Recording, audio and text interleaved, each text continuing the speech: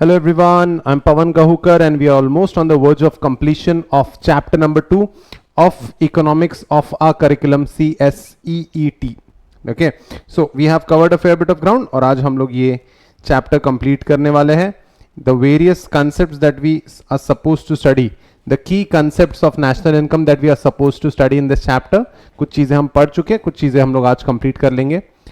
हमने पढ़ा GDP, right? Gross Domestic Product. Then we studied gross national product followed by net national product and I guess we are also done with domestic income. क्या हमने domestic income भी कर लिया है? Perfect. GDP और GNP में क्या difference है? Major difference? हाँ, net income from abroad is the major difference.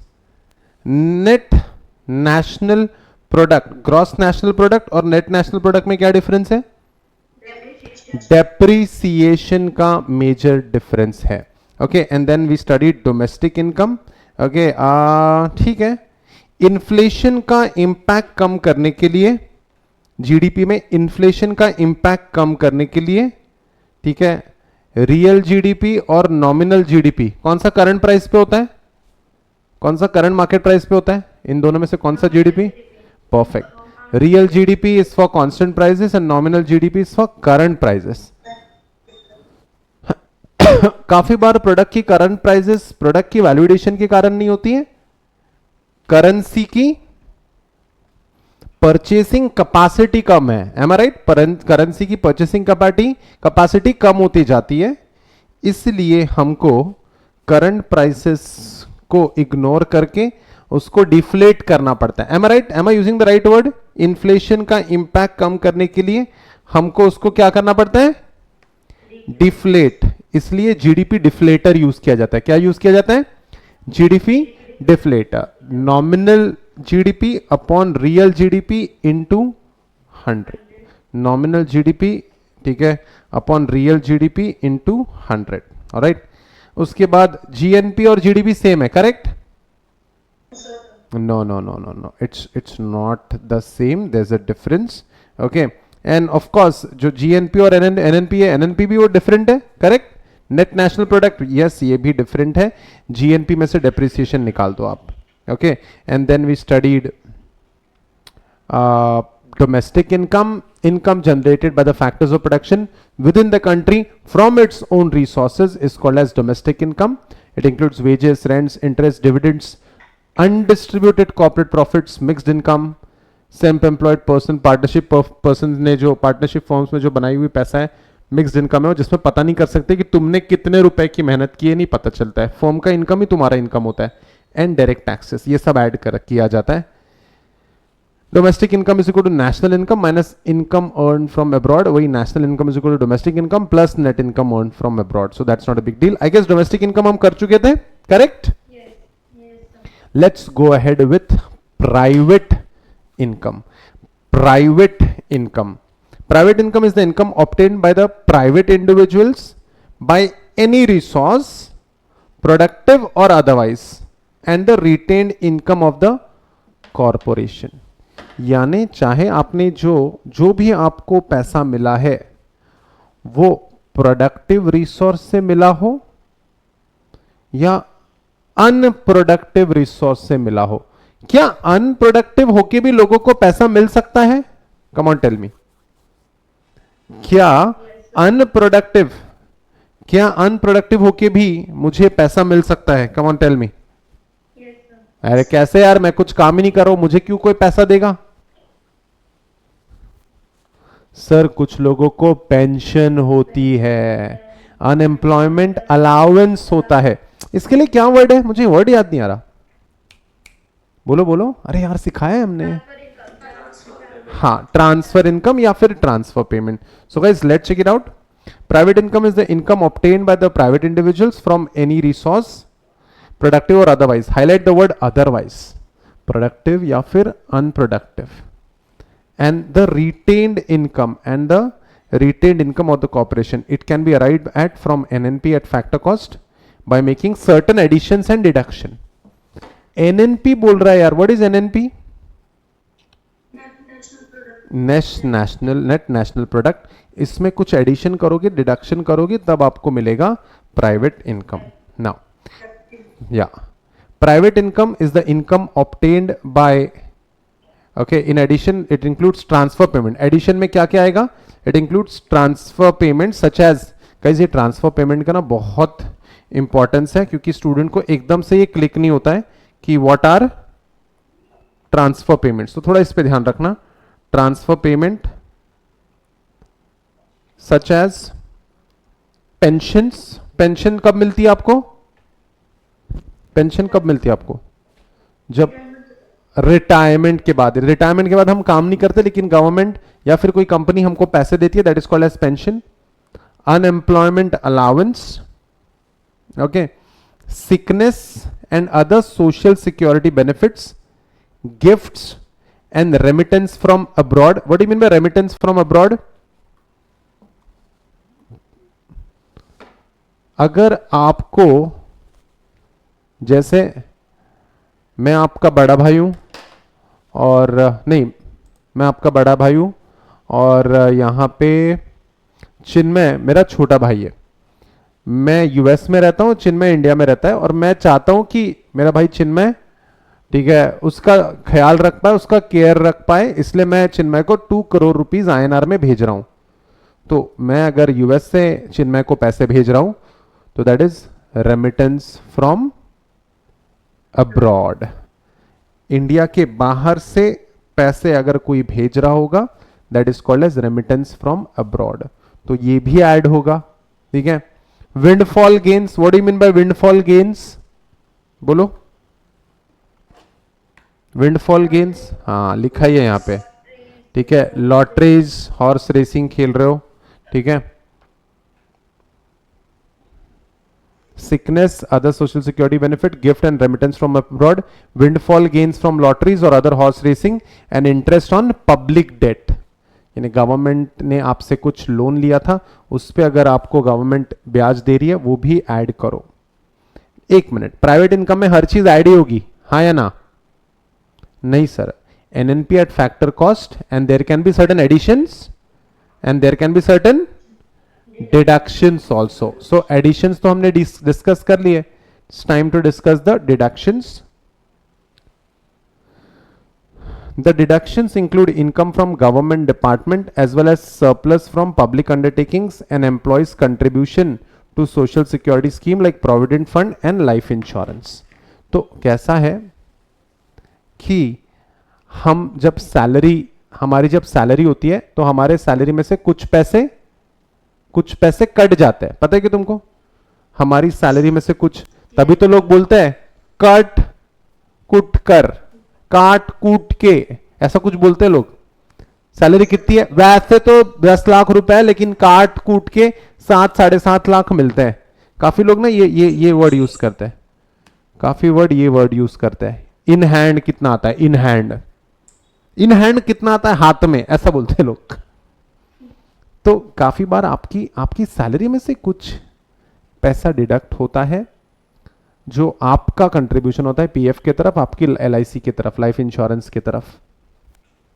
ये ऑलरेडी आपके सैलरी का पार्ट होता है. तो आप अगर सैलरी में भी ऐड करोगे और इसमें भी ऐड करोगे तो ये क्या हो जाएगा? Double counting. इसलिए इसको रिड्यूस किया जाता है. ठीक है. सो गाइस, प्राइवेट इनकम का डेफिनेट फॉर्मूला क्या बनेगा फिर?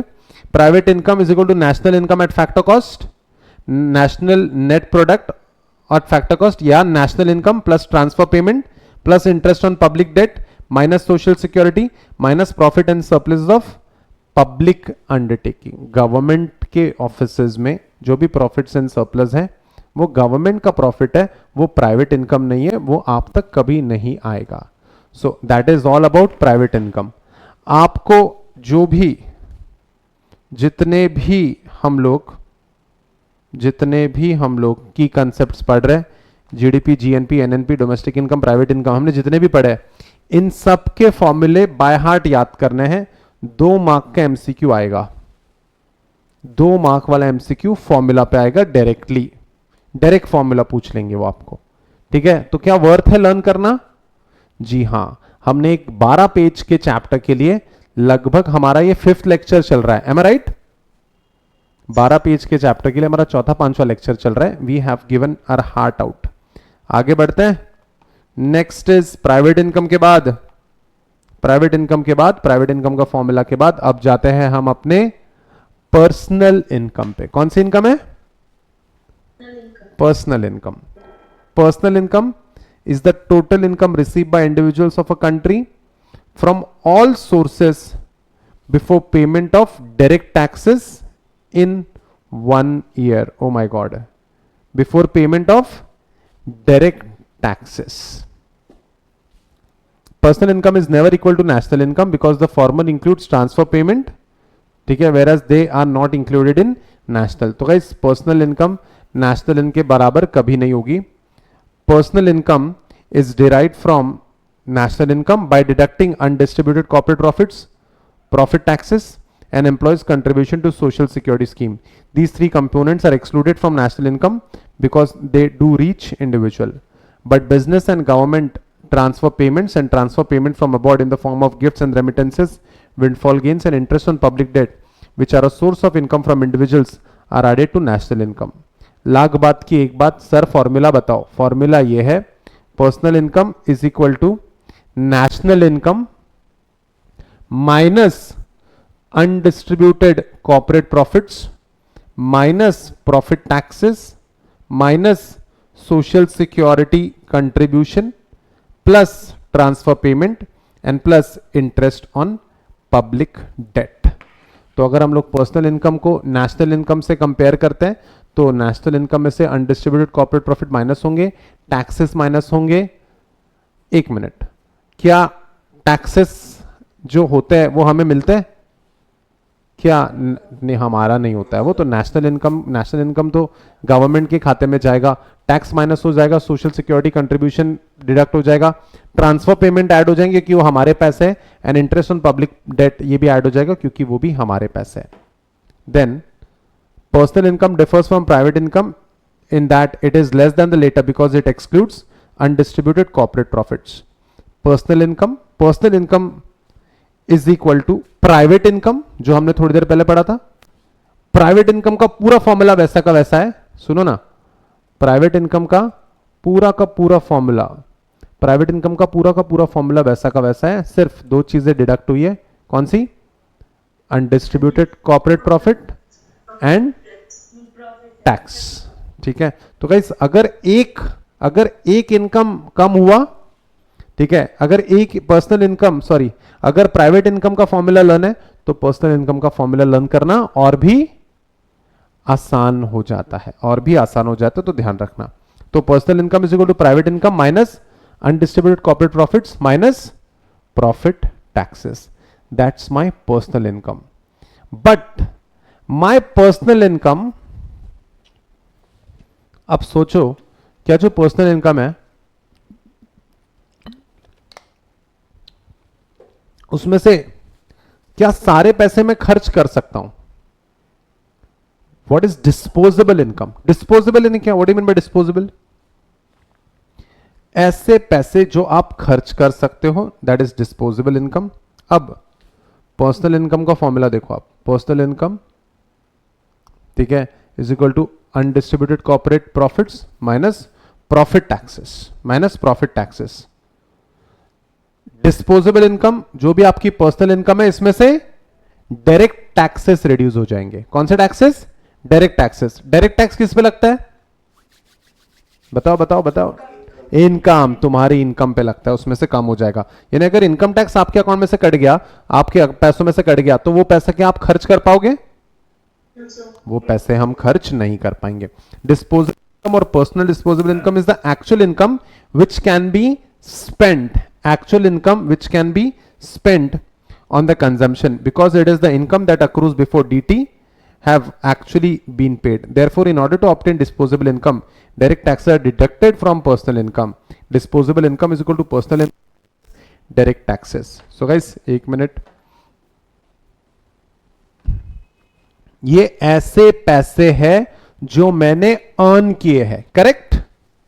पर्सनल इनकम ये ऐसे पैसे हैं जो मेरे हैं और मैंने अर्न किए हैं.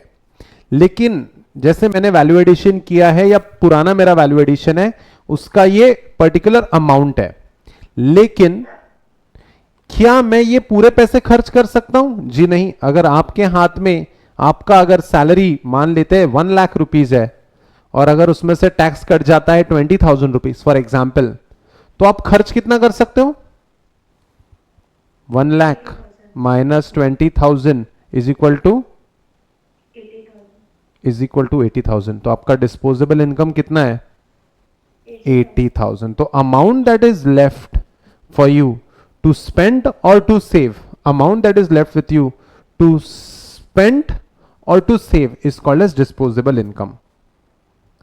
The whole of disposable income is not spent on consumption. हम लोग पूरा का पूरा पैसा खर्च कर देते क्या? सोचो जरा, हम लोग 100% पैसा खर्च कर देते हैं, ट्रू और false?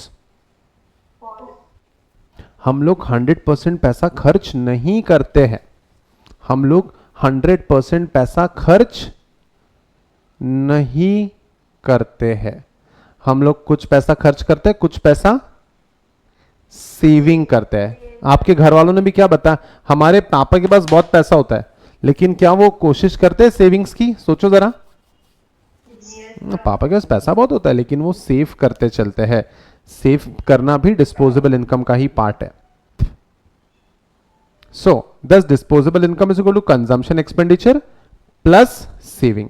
If the disposable income is to be deducted from national income, we deduct indirect taxes plus subsidies, direct taxes on personal. Just a moment.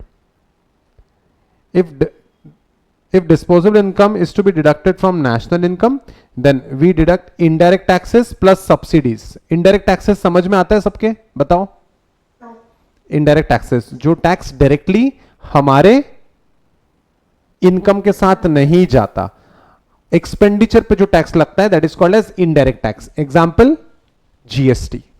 ठीक है, हाँ. Indirect tax plus subsidies. Subsidies government की income है, expenditure. और indirect tax government का revenue, expenditure, revenue. Plus subsidies, direct tax on personal and on business security systems, undistributed corporate profits, business saving from it, add transfer payments and net income from abroad to it. एक minute formula देख लेते हैं. Disposable income is equal to national income minus business savings minus indirect taxes plus subsidies minus direct taxes on persons minus direct taxes on business minus social security payments plus transfer payments plus net income from abroad. दिमाग लगाते हैं अभी. मेरी disposable income, national income में से business की saving, जहां पे भी हम काम करते हैं, जो भी बिजनेस कर रहा है वो रिटेन कर रहा है अर्निंग एक्सपांशन के लिए, मुझे नहीं मिल रहा है. करेक्ट. टैक्स मुझे नहीं मिल रहा है, सब्सिडी मुझे मिल रहा है. याद है ना सब्सिडी? 800 रुपए के सिलेंडर में से मुझे कुछ पैसे मिले थे क्या? 150 रुपए. तो क्या 150 रुपए मेरी सेविंग्स है? हाँ सेविंग है ना मेरी, मेरे बच रहे ना पैसे. देखो देखो, सिलेंडर 800 रुपीज का आपने स्पेंड कर दिया और बचे 150 रुपए जो आपको मिल गए. तो 150 रुपए सेव हो गए कि नहीं? पैसे बचाना मतलब पैसे कमाना. व्हाट से? Money saved is money earned. तो सब्सिडीज ऐड हो गए, डायरेक्ट टैक्सेस फिर से सबट्रैक्ट हो गए. लॉजिक लगाते, कोई बिजनेस पे हमारा डायरेक्ट टैक्स लग रहा है वो भी ऐड हो जाएंगे. सोशल सिक्योरिटी पेमेंट्स जो हम करते हैं हमारे फ्यूचर के लिए, हाथ में थोड़ी ना आते हैं. पीएफ के लिए तुमने पैसा दिया, हाथ में आते हैं कि तुम्हारे? 15 साल के बाद आते हैं, वो आज नहीं आते हैं, डिस्पोज नहीं कर सकते आप. ट्रांसफर पेमेंट्स मिल रहे हैं हमको, नेट इनकम फ्रॉम अब्रॉड हमको मिल रहा है. कई क्या लॉजिक क्लियर होता है? अगर दिमाग लगाए हम लोग, तो हम लोग कितना पैसा कंज्यूम कर सकते हैं या कितना पैसा सेव कर सकते हैं. जो हमारे पास आखिर में बचता है वो वही पैसा है जो हम या तो कंज्यूम कर सकते हैं या तो सेव कर सकते हैं. तो saving plus consumption, consumption expenditure plus saving is equal to disposable income, या disposable income personal income minus direct taxes. ठीक है. So guys that's that. एक मिनट, लिस्ट कहां गई हमारी? की कंसेप्ट्स ऑफ नेशनल इनकम के अंदर जीडीपी हो गया, जीएनपी हो गया, नेट नेशनल प्रोडक्ट हो गया, डोमेस्टिक इनकम हो गया, प्राइवेट इनकम हो गया, personal income done and disposable income done.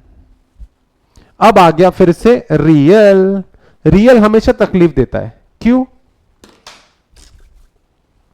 जैसे आपके दो टाइप के दोस्त रहते हैं।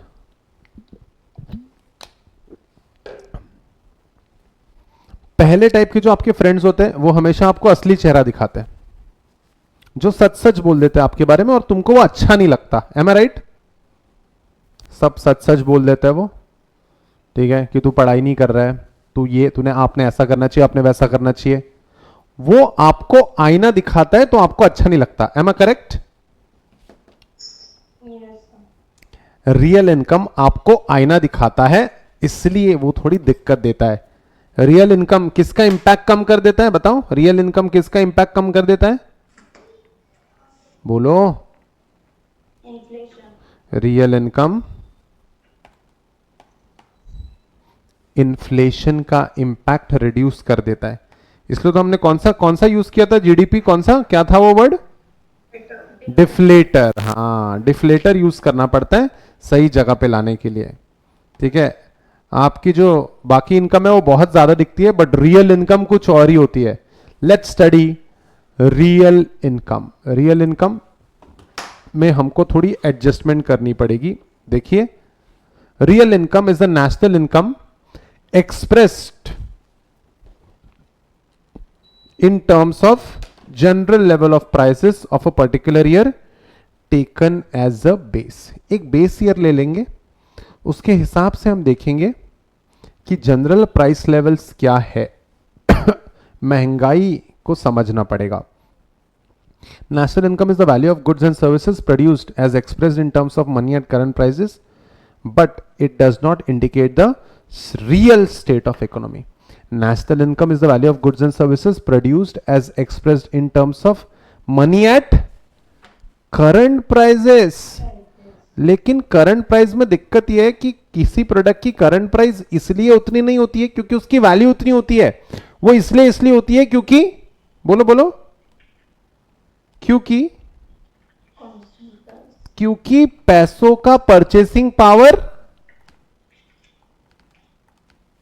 वो इसलिए, हाँ, पैसों का परचेसिंग पावर गिर जाता है। क्या रूपी एज अ करेंसी गिरी है? बताओ। क्या rupee as a currency has it lost its value? What say? Rupee as a currency has definitely lost its value. Rupee as a currency has definitely lost its value. तो guys, काफी product का जो price है, काफी products का जो price है वो ज्यादा दिखाया जाता है क्योंकि रुपए की परचेसिंग पावर कम होती चली गई। That is where real income, ठीक है, the real income, it does not indicate the real state of economy. आ जाइए। National income is value of goods and services produced as expressed in terms of money at current prices, but it does not indicate the real state of economy. It is possible that the net national product of goods and services this year might have been less than that of last year, but owing to increase in prices, NNP might be higher this year. Due to increase in prices, NNP ज़्यादा दिखे, तो वो जो ज़्यादा दिख रहा है, inflated दिख रहा है, उसको ज़मीन पे लाना है। ज़मीन पे जो भी आएगा, जो भी रेट कम ज़्यादा जो भी होगा, वो रियल इनकम होगा। On the contrary, it's possible that NNP might have increased because the price level might have fallen. As a result of national income would appear to be less than that of last year. In both the situation, national income does not depict the real state of economy. जैसे काफी बार ऐसा हो सकता है, जैसे अगर आपकी unit test, देखो दो टाइप की एग्जाम होती थी स्कूल में, याद है क्या तुमको? यूनिट टेस्ट और टर्म टेस्ट। किसमें कोर्स ज्यादा होता था? टर्म टेस्ट में स्कोर ज्यादा होता था यूनिट टेस्ट से? नहीं सर, यूनिट टेस्ट में हमारा स्कोर ज्यादा होता था। क्यों ऐसा? सर वो एक दो चैप्टर होते थे सर, और सब साथ साथ में बैठते थे सर, है ना, और क्लास में हो जाता था वो काम, ज्यादा परेशानी नहीं होती थी, बन जाते थे मार्क्स। M I right? एक दो चैप्टर्स होते थे, अब 5-6 चैप्टर्स आ जाते थे टर्म में, तब असली काफी बार ज्यादा होते थे मार्क्स, लेकिन वो हमारी रियल रियल दिमाग नहीं होता था। काफी बार हम बीमार पड़ जाते थे तो एग्जाम नहीं दे पाते थे, या जैसे तैसे एग्जाम दे पाते थे, तो that was also not acceptable. उसमें भी इतने कम वाले भी नहीं हम लोग। तो हमारी जो इनकम है, ठीक है, जो नेशनल इनकम है, काफी बार ज्यादा दिखती है, काफी बार कम दिखती है। हमें हमें असलियत चाहिए, क्या कहते हो? हमें असलियत चाहिए, क्या कहते हो? आजकल के बच्चों के 10th के मार्क्स, क्या कहते हो? बताओ बताओ। आजकल के बच्चों के 10th के मार्क्स कुछ ज्यादा ही मिल जाते हैं, हाँ या ना? और हमारे पापा के 10th के मार्क्स 72% है, लेकिन पापा बहुत होशियार है। गाइस अंडरस्टैंड, एक मार्क आना चाहिए जहां पे हमको समझ में आए कि किस चीज की वैल्यू कितनी है। चलो देखते हैं। To rectify such a mistake the concept of real income has been evolve. तो गाइस ये मिस्टेक्स होती थी, तो रियल इनकम कंसेप्ट आया। In order to find out real income of a country, a particular year is taken as a base year when the general price level is neither too high nor too low। एक ऐसा साल लिया जाता है जिसको base माना जाता है, और उस बेस ईयर की वैल्यू कितनी रहेगी? 100। बेस ईयर इंडेक्स रहेगा कितना? 100। वो इंडेक्स रहेगा 100, यानी जब महंगाई कितनी थी? 100, और धीरे धीरे धीरे धीरे महंगाई बढ़ती जाएगी, करेक्ट? तो ये जो करंट ईयर इंडेक्स रहेगा, ये बढ़ेगा या कम होगा? महंगाई अगर बढ़ रही है तो बढ़ेगा। करंट ईयर का इंडेक्स है, ये सिर्फ समझने के लिए, आपके सिलेबस में नहीं है, एग्जीक्यूटिव में पढ़ोगे आप। करंट ईयर इंडेक्स है 289, ठीक है।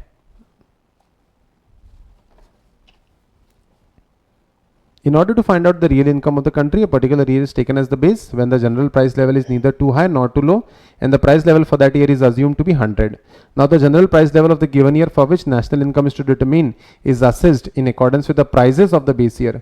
For this purpose, the formula is real NNP is equal to NNP for current year। इस साल का नेट नेशनल प्रोडक्ट निकालो और उसको मल्टीप्लाई करो 100 divided by current year index. 2019-20 के लिए करंट ईयर इंडेक्स से 289। क्या अगले साल महंगाई और बढ़ जाएगी?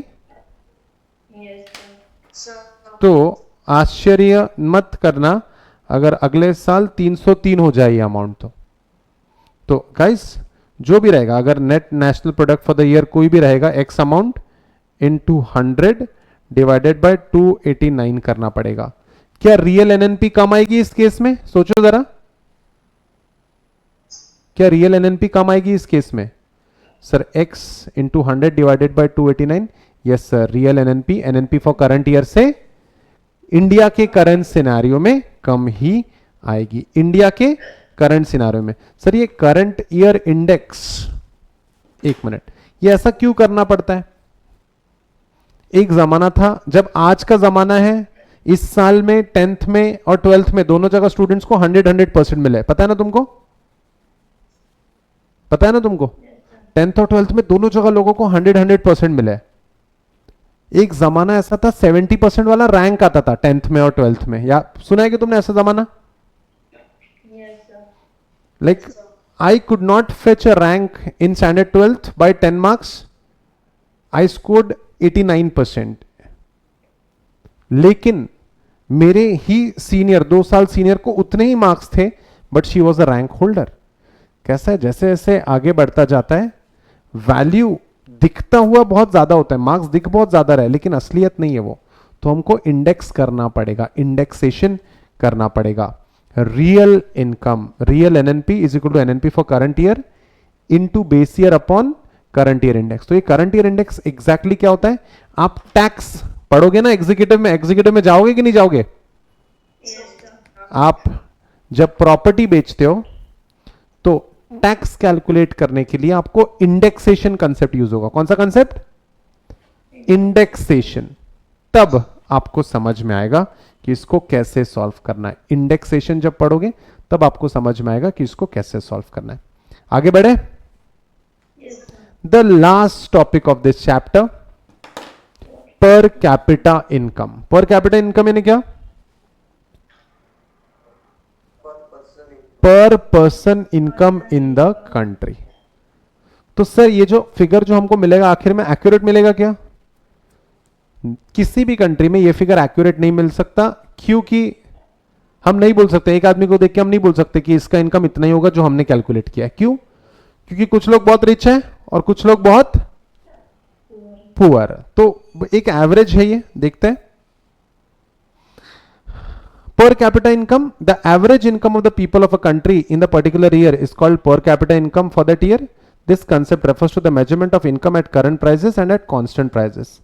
For instance, in order to find out the per capita income for 2018 at current prices, the national income of the country is divided by population of the country in that year. So per capita income for the year 2018 is equal to national income for 2018, India की national income 2018 के मुकाबले, divided by population of 2018, that will be the पर capita income. Sir पर capita income से क्या पता चलेगा कि हर इंडिविजुअल की कितनी इनकम है, हर इंडिविजुअल की कितनी इनकम है? क्या ये फिगर सही रहेगा?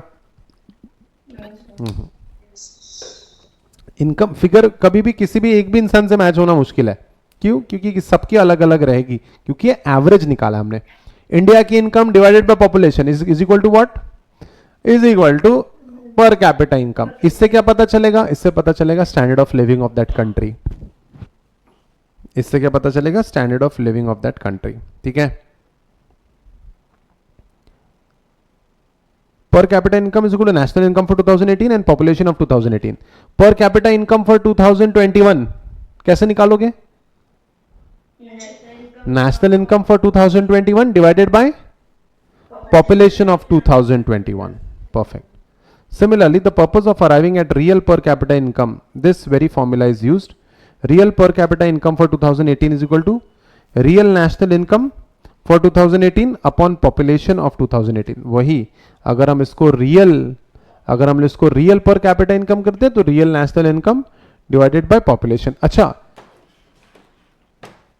किसी भी चीज के रियल इनकम पे पहुंचना है तो क्या करना पड़ता है? किसी भी चीज के रियल तो क्या करना पड़ता है? इंडेक्स यूज करना पड़ता है। क्या यूज करना पड़ता है? इंडेक्स। इंडेक्स यानी क्या? सर ये ऐसा फॉर्मूला लगाना पड़ता है उसको, base year index divided by current year index. इससे क्या होगा? अगर बढ़ा हुआ है तो कम होगा, करेक्ट, और कम हुआ है तो बढ़ जाएगा। जैसे रियल एनएनपी और एनएनपी फॉर करंट ईयर में इन्फ्लेशन ज्यादा था तो एनएनपी ज्यादा नजर आ रहा था, है ना? उसको क्या किया जाता है? डिफ्लेट। जनरली हम लाइफ में बहुत उड़ने लगते हैं तो हमारे घर वाले क्या करते हैं? डिफ्लेट। काफी बच्चे बहुत ही अंडर कॉन्फिडेंट, मैं तो कुछ कर ही नहीं पाऊंगा जिंदगी में, उसको घर वाले क्या करते हैं? उसमें मोटिवेशन डालते हैं, तो उसको क्या करते हैं बेचारे को? थोड़ा सा इन्फ्लेट। रियल कोई भी चीज रियल जो रहेगी ना वो आपको परफेक्ट पोजीशन दिखाएगी। कोई भी चीज जो रियल रहेगी वो क्या करेगी? आपको परफेक्ट पोजीशन दिखाएगी। Perfect. This concept enables to know the average income and standard of living of the people. क्या बोला मैंने? पर कैपिटा इनकम से पता चलेगा standard of living of the people. चलो एक काम करो, एक असाइनमेंट है, करोगे क्या असाइनमेंट? करोगे क्या असाइनमेंट? निकालो इंडिया का पर कैपिटा इनकम, ढूंढो गूगल पे, ढूंढो इंडिया का पर कैपिटा इनकम, पर कैपिटा इनकम फॉर 2018।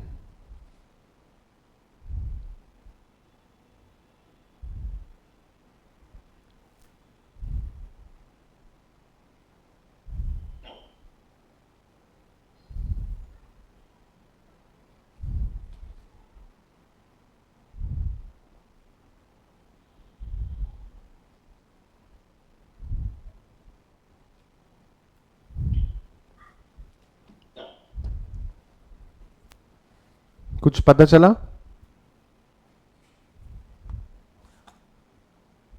ढूंढो जल्दी।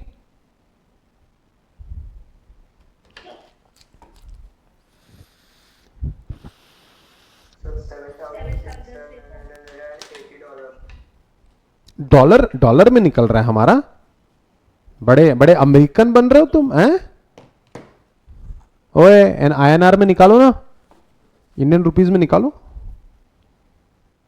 पर कैपिटा इनकम। हम्म,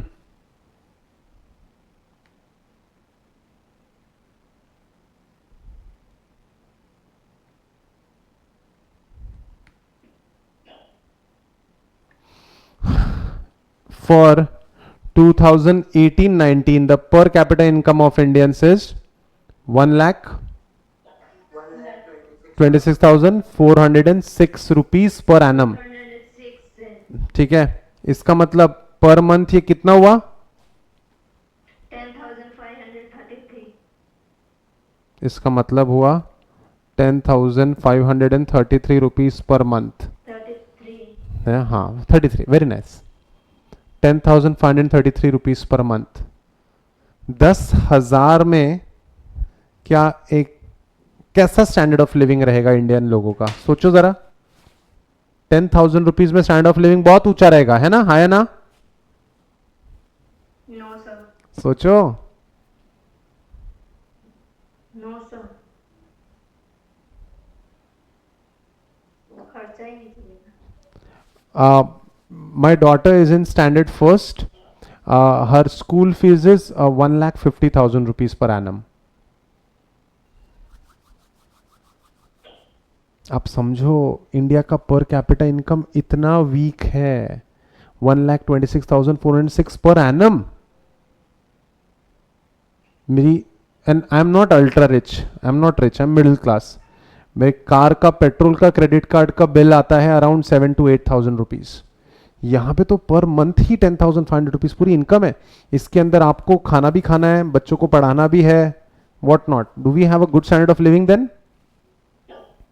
उसमें अगर खुद का घर नहीं होगा तो बुरे से बुरी हालत में आज छोटे छोटे तालुका में भी 3 से 4 हजार रुपए रेंट है। Am I right? तो पर कैपिटा इनकम से आप स्टैंडर्ड ऑफ लिविंग पता कर सकते हो।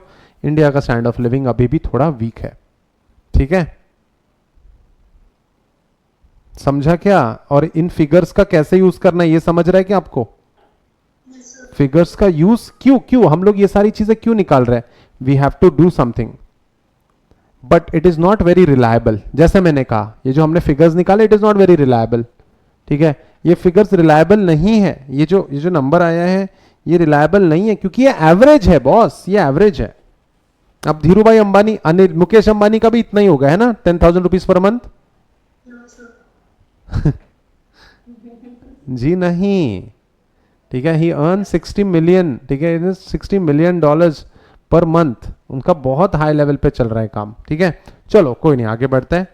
लगभग 60 लाख रुपीस पर आवर ही अर्न्स पर आवर। ठीक है, कोई बात नहीं, आगे बढ़ते हैं।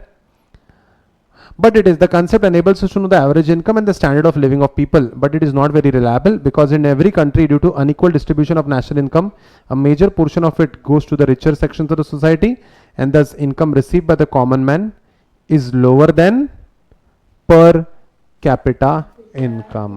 हाँ, तो जो एक मजदूर होता है उसको तो 200 रुपये ही मिलते हैं पर डे काम करने के, 200 रुपये, और उसको महीने में सिर्फ 25 दिन काम मिलता है, तो वो कितने पैसे पाता है? 5,000, सिर्फ 5,000। और जरूरी नहीं है हर दिन काम मिले, समझ रहे हो क्या?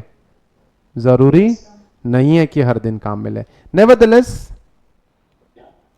Alright, these were all the concepts under national income accounting and related concepts। तो हमने इसको पूरा पूरा समय दिया है। आई होप, टेल मी, थोड़ा नॉलेज टेस्ट हो जाए।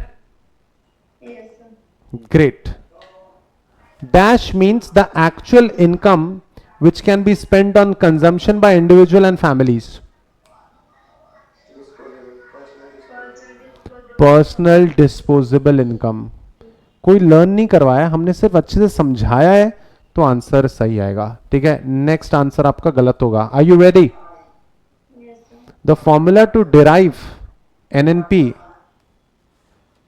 at factor cost, the formula to derive NNP at factor cost is equal to NNP market price minus subsidy। do you agree that this is the answer. Yes, sir. NNP at market price minus indirect tax plus subsidies. ये answer तो पक्का गलत होगा तुम्हारा. Dash is the index of price change of goods and services included in GDP. GDP inflator. पहले तो accelerator और D accelerator तो ये तो है ही नहीं. करेक्ट. Yes. ये तो हटा दो. एलिमिनेशन मेथड, जो आंसर अब हमें पता है कि ये तो आंसर है ही नहीं, उनको तो हटा दो. अब बचे दो. Dash is an index of price changes of goods and services included in GDP. तो ग्रॉस डोमेस्टिक प्रोडक्ट में प्राइजेस, ठीक है, ज्यादा करके बताया जाता है या कम करके बताया जाता है? ज्यादा करके. तो क्या लगेगा? इन्फ्लेटर लगेगा या डिफ्लेटर लगेगा? The answer is deflator. The answer is deflator. Inflator कोई कंसेप्ट ही नहीं है, इन्फ्लेटर की जरूरत ही नहीं पड़ती. आगे बढ़े. Yes, sir. आप गूगल सर्च करो और जीडीपी इन्फ्लेटर ढूंढो, वो क्या दिखाएगा? डिफ्लेटर ही दिखाएगा वो. Next, the formula to compute GDP at factor cost. GDP at factor cost, सोचो. Minus depreciation. माइनस, सर ये नेट वैल्यू एडेड है ना, तो नेट में नेट कैलकुलेट करने के लिए माइनस किया जाता है जीडी. ओके, नेट कैलकुलेट करने के लिए जीडीपी से माइनस किया जाता है. तो जीडीपी निकालने के लिए नेट वैल्यू एडेड में डेप्रिसिएशन क्या करना पड़ेगा? ऐड करना पड़ेगा. Correct. The answer is C, net added value plus depreciation. And the last one, the formula to determine real GDP is. हाँ बताओ बताओ. Real GDP. Upon GDP deflator into 100. If you remember, GDP deflator का formula nominal. Nominal ठीक है, GDP. अगर आपको याद होगा,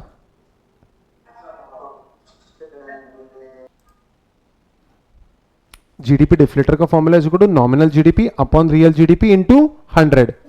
तो ये जीडीपी का डिफ्लेटर है. इंडेक्स निकालने में हमें हेल्प करता है. ये इंडेक्स से पता चलेगा कि हमको कितना जीडीपी को नीचे लाना है, ताकि हमको क्या मिले? रियल फिगर्स मिले. करेक्ट. हमें रियल फिगर्स पे पहुंचना है. तो रियल जीडीपी क्या है आंसर? Real GDP. हमें फॉर्मूला उसने किसका पूछा? Real GDP. Real GDP. तो इसी फॉर्मूले को हमें चेंज करना है. तो रियल जीडीपी यहां आ जाएगा. करेक्ट. Yes, sir. और जीडीपी डिफ्लेटर डिनोमिनेटर में चला जाएगा. Correct. The answer is nominal upon GDP deflator into 100. Alright, that's it with the chapter national income and accounting related concepts. Guys, इस चैप्टर में से जरूर 6 से 8 मार्क के क्वेश्चन पूछे जाएंगे. जरूर से जरूर क्वेश्चंस पूछे जाएंगे. Methods to measure national income, product method, value added method plus expenditure plus and income method. क्या ये मेथड्स 100% पता चल गई है? करेक्ट. ठीक है. उसके बाद की कंसेप्ट्स, एक तो पहले नेशनल इनकम पे एक क्वेश्चन जरूर पूछेंगे, 2 या 1 मार्क का, और इनमें से कम 3 कंसेप्ट्स को जरूर पूछेंगे. एक क्वेश्चन इन तीनों में से एक का रहेगा जो 2 मार्क का रहेगा, और बचे हुए 2 क्वेश्चंस या 3 क्वेश्चन इन कंसेप्ट्स में से पूछा जाएगा. एक क्वेश्चन अप्लाइड भी पूछा जाएगा, मिस्टर अशोक, मिस्टर राम, ऐसा कुछ बना के. पर कैपिटा इनकम पे क्वेश्चन पूछने की बहुत ज्यादा गुंजाइश है, क्योंकि पर कैपिटा इनकम क्या बताता है? बताओ, पर कैपिटा इनकम क्या बताता है? Standard of living. Standard of living. लेकिन पर कैपिटा इनकम क्या सही स्टेटस दिखाएगा? No, sir. पर कैपिटा इनकम सही स्टेटस नहीं दिखाएगा. पर कैपिटा इनकम क्योंकि एक एवरेज अमाउंट है. जो पैसे हम खर्च कर सकते हैं वो कौन सी इनकम है? या खर्च कर सकते हैं या सेव कर सकते हैं? Disposable income. Disposable income. Alright. GDP और जीएनपी में मेन डिफरेंस क्या है? Net income from net income from abroad. और जीएनपी और एनएनपी में मेजर डिफरेंस क्या है? depreciation. डेप्रीसिएशन. डेप्रीसिएशन यानी किसका वैल्यू कम होता है? Capital assets. हाँ, it is consumption of capital. Depreciation is nothing else but consumption of capital. Perfect. ये इस पे क्या मिलता है? गवर्नमेंट को टैक्स मिलता है या गवर्नमेंट को सब्सिडी देनी पड़ती है? सब पैसे वापस किए जाते हैं. सब्सिडी दी गई है इस प्रोडक्ट पे, सब्सिडी दी गई है. प्रोडक्ट, ठीक है, परचेसिंग पावर कम हो रही है मनी की, इसको क्या कहते हैं? इन्फ्लेशन. ठीक है. टैक्सेस के दो टाइप्स बताइए. Direct tax and indirect tax. Direct tax के अंदर क्या आता है? Income tax. और इनडायरेक्ट टैक्स के अंदर क्या आता है? GST. All right then guys, economics के अंदर एक और चैप्टर हमने कंप्लीट कर लिया, national income and accounting related concepts. This is Pawan Gavkar signing off. See you in the next video with a new chapter. Till then, take care of yourself, study well, bye bye.